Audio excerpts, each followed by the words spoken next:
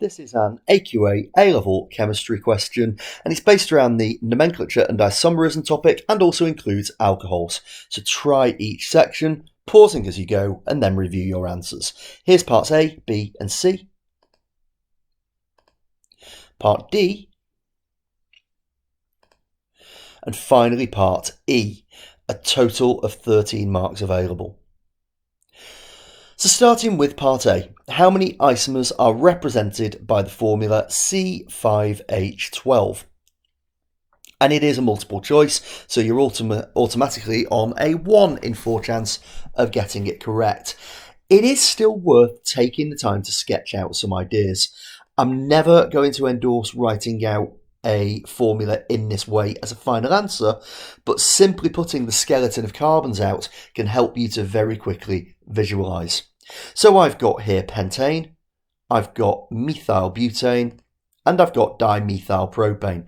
And that's really all of the options that we have. So the correct answer is 3.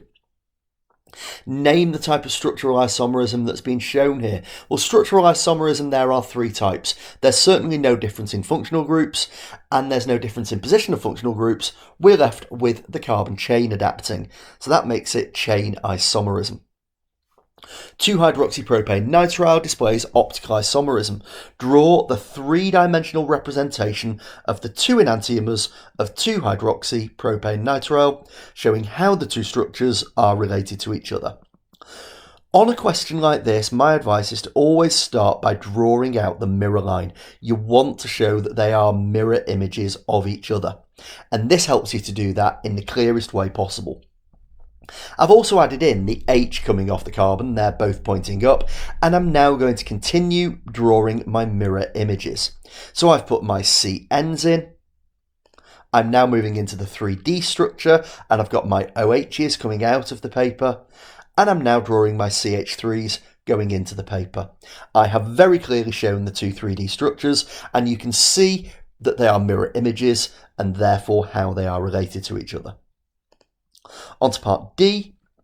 Describe how separate samples of each of these enantiomers could be distinguished. Straightforward factual recall. You have got to know this. We use plane polarised light, and one enantiomer will rotate plane polarised light clockwise, the other will rotate it anti-clockwise. On to part E, and this is a big one, 8 of the 13 marks. Butan-2-ol reacting with concentrated sulfuric acid, and it will produce 3 isomeric alkenes. Name and outline a mechanism to show how any one of the alkenes is formed, and explain how the reaction can lead to the formation of each of these 3 alkenes. So I'm not doing the name of the mechanism yet, I'm going to write the mechanism out. To begin with, we only need the H plus from the sulfuric acid. We must draw the lone pair on the O. The arrow, the first mark, is for the arrow from the lone pair to the positive hydrogen. At that point, we're left with an OH2 plus where the OH was. So we get a mark for the electrons going from the CO bond back to the oxygen. And that means that the water can be lost. And then for the third mark, we're showing how the double bond is created. And the electrons from the CH bond move in to the CC bond. And we end up with our alkene made.